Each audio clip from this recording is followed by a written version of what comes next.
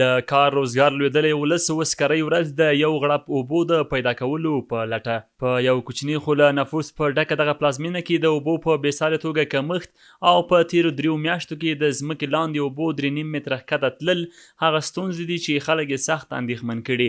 له سهاره تر ماښامه بشکې په لاس دغه خلک د کابل پر واټونو ګرځي تر څو د څښاک لپاره یو څه اوبه پیدا کړي.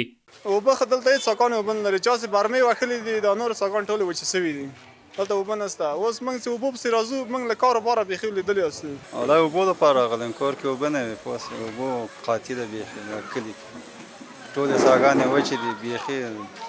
کورو که دلته هر سهار راځو غرمې پورې نوبت رارسي.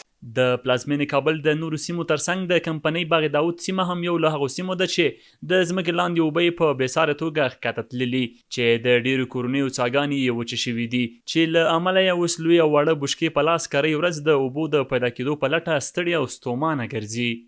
سهار نه راغلی تو سلطه نوبت نه راغلی هم درس نه هم مکتب نه چې نه پاتې شو توسه کور کې اوبه نشته دغې نه اوبه وړو. دلته اوبه پسې راغلي د سهار 8 بجې نه راغلي نو اوس تقریبا 12 بجې موږ ته نوبت نه دی راغلی. هلته کور کې کالي مینځي څښلو ته اوبه نشته. کابل ښاریان له حکومت غوښتنه کوي چې د اوبو د مدیریت او ځمکې لاندې اوبو د ساتنې لپاره د لازم اقدامات ترسره کړي او هیچا ته د اجازه نه ورکوي تر څو په خپل سر څاګانې ووهي. د دوی په خبره چې حکومت یې په لنډمهالې توګه د پایپونو یا هم د ټانکرو په وسیله هغو خلکو ته اوبه ورسوي چې د اوبو د نشتون سره مخ دي.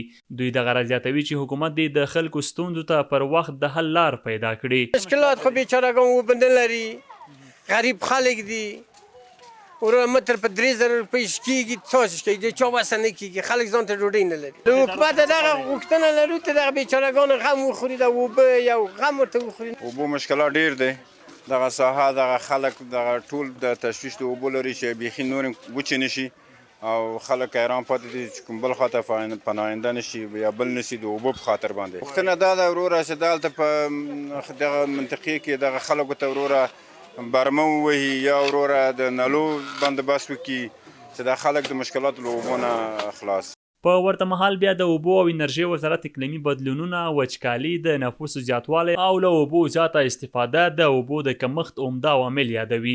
خو په خبره چې دوی په داسې پلانونو کار روان کړی چې له مخې به یې وکولی شي د اوبو د زیات مصرف مخه ونیسي.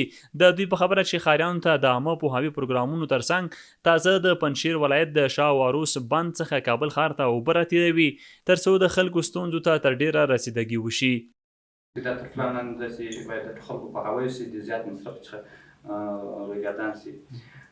دومره خبره دا ده چې په پلان کې داسې کابل ښار ته د پنجشیر نه د شاه و عروس بند نه څخه اوبه راتېرې کړي او دلته له لندر بند او شاتوت بند باندې کار وشي.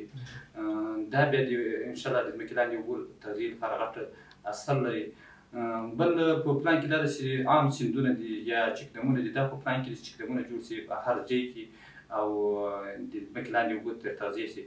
د یادونې وړ ده چې اقلیمي بدلونونه، صنعتي او انساني فعالیتونه په کابل ښار کې د نفوسو په بېسارې توګه زیاتوالی هغه عوامل دي چې د دې ښار د ځمکې لاندې اوبه تر بل هر وخت ښکته تللي دي. عبیدالله حیدرزی، CMG، کابل.